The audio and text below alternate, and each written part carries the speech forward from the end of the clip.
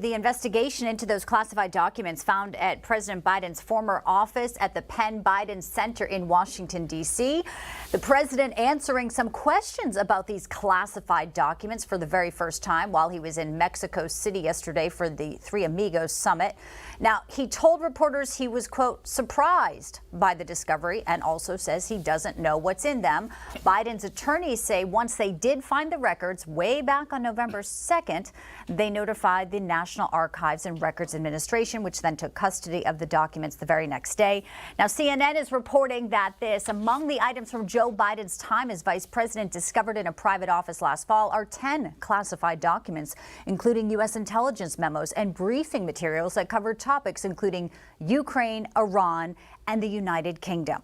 House Oversight Committee Chairman James Comer, seen here, says his panel is already investigating Biden's handling of these classified records. And also Senate Intelligence Committee Chair Mark Warner, a Democrat, called for his committee to receive a briefing concerning this discovery. Joining us now with the latest on this story and more on the White House's response is our chief White House correspondent, James Rosen. James, good afternoon.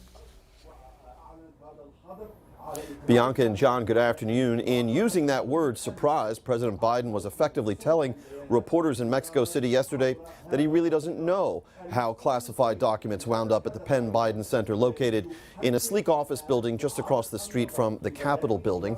Air Force One touched down at Joint Base Andrews in Maryland last night, a little after 11:30 Eastern Time. The Bidens returned to published reports saying the U.S. Attorney for Chicago is now investigating the handling of Mr. Biden's vice presidential records. The disclosures from the president's point of view were inauspicious, for they led to instant comparisons with the Trump Mar-a-Lago documents case and provided a fresh avenue for investigation by House Republican committees. Biden White House lawyers cite key differences between the case, including the number of documents believed to be involved and the manner in which each set was discovered and returned.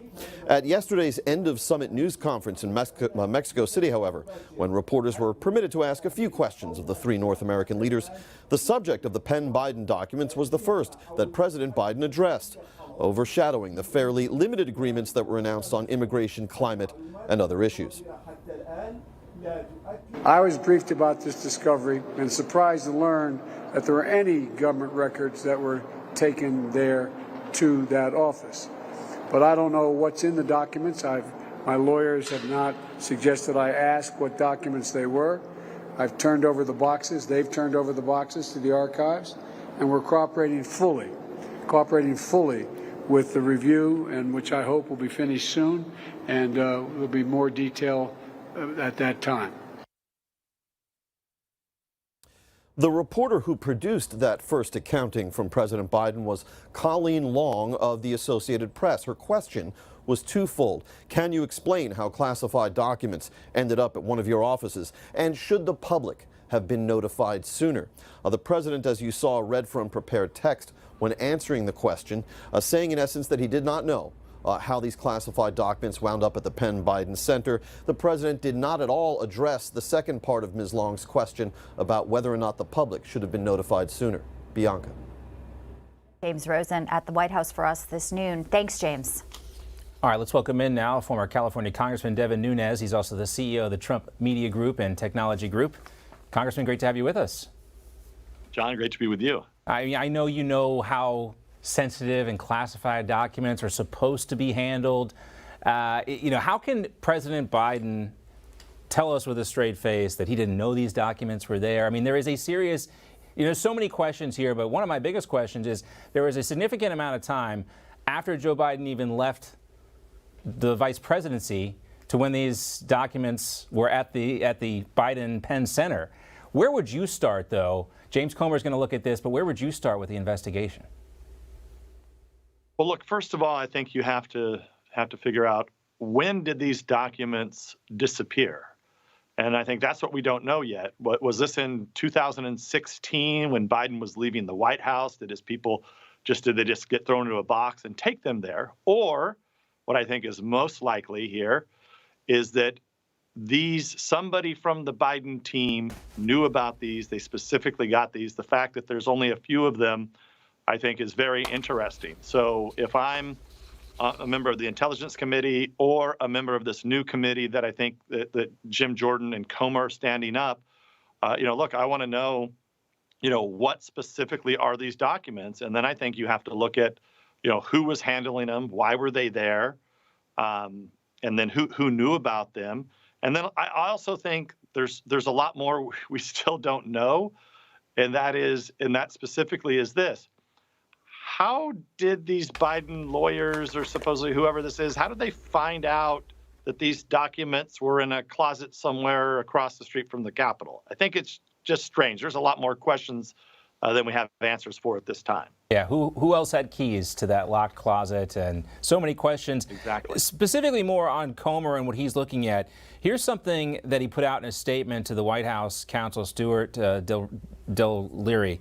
It says, quote, "The committee is concerned that President Biden has compromised sources and methods with his own mishandling of classified documents." It goes on to say the committee expects President Biden will receive equal treatment under the law given the maintained classified documents in his unsecured office for several years with access to an unknown number of people. I mean, is there any hope from your perspective that this Department of Justice under Merrick Garland is going to treat this fairly under, justice is supposed to be blind here? Yeah, look, I mean, that's probably the biggest story out of all this. My hope for that is less than zero. I think, there would already be a special counsel. I think James Rosen pointed out correctly in his reporting. Clearly that was all staged, what happened in Mexico yesterday. He didn't answer the second part of the question, which is, should the public have known? I mean, we had this giant spectacle that took place a few months before the election with the unprecedented raid on a former president's home involving documents that former President Trump was in discussions with the Justice Department on, and yet they decided to raid them. So here you have an issue. And I think at that time, the Biden Justice Department and the team within the White House clearly thought that this would be a death blow to President Trump if they went in, raided it, and then all the American people would stand up and go, oh my gosh, President Trump must have really done something wrong this time. Right. But instead what happened, John, is it actually ricocheted back the other way, and the American people said, no, this is wrong. What the hell do you have? And look, and then remember, days went on. People forget this. We went day after day after day. Nobody could explain what the hell were in the documents. And we still don't know that to this day. And then he announces he's running for president. Now there's a special counsel. So you look at what they're doing now with Biden. It's not a special counsel. Oh, there's a U.S. attorney looking at it. And they're focused so much, Devin, they're focused so much on the process and Joe Biden's apparent cooperation with the National Archives. It's almost like they're trying to set President Trump up for an obstruction charge. Joe Biden, everybody has classified documents. President Obama, I believe, was accused of doing the same thing. But it's not that. It's really how they were handled in their willingness or, lack thereof to cooperate with the National Archives. It almost seems like this is where that's going.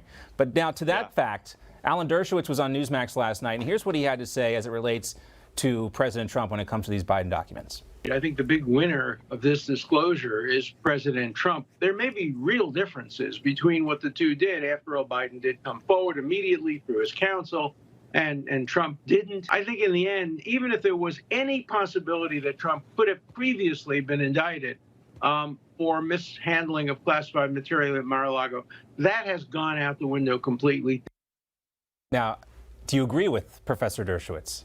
Yeah, look, in any normal world and normal country, John, I do agree with that. But we're not living in that world today. We're dealing with radical lunatics. And back on what the House Republican Conference has to do, they have to go and investigate the Department of Justice and the weaponization of government. Look, under any normal circumstance, people around the world are looking at this saying, wait a second, you raided the president's home. You couldn't tell us what the classified documents were. Oh, wait, now you have a former vice president who has documents in his office, as he was out of office, classified documents, and people around the world are sitting here laughing at us and what the hell is this? It's some third world country. And then if you take the people certainly more embarrassing, Devin, than what we saw in Congress last week. And everyone wants to believe that was a big embarrassment. Real quickly on that, I just want to ask you about Speaker McCarthy and his decision to go ahead and remove Adam Schiff and Ilhan Omar and Eric Swalwell from some of these committees. Is that the right move? Look, definitely, because Pelosi weaponized the Congress last session. So it's probably not the direction that the Congress should have went, but the precedent has been set. And look, and let's remember, some of these characters are all related. You know, we talk about the weaponization of the Justice Department. You look at Adam Schiff and Swalwell. Yeah. These are people who clearly lied to the American public over and over and over again. And look, how many times did we sit there and these cats would go out there Schiff and in they would say, particular, yeah. Schiff in particular. I've seen things. Saying I've that, seen things that I can't show you. Yeah, pretending that he's reading a transcript of President Trump's phone call with Ukraine when he was making the whole thing up on the floor of the House of Representatives. Yeah. Great to see you, Devin Nunes. Thanks so much. All right, John. Thank you.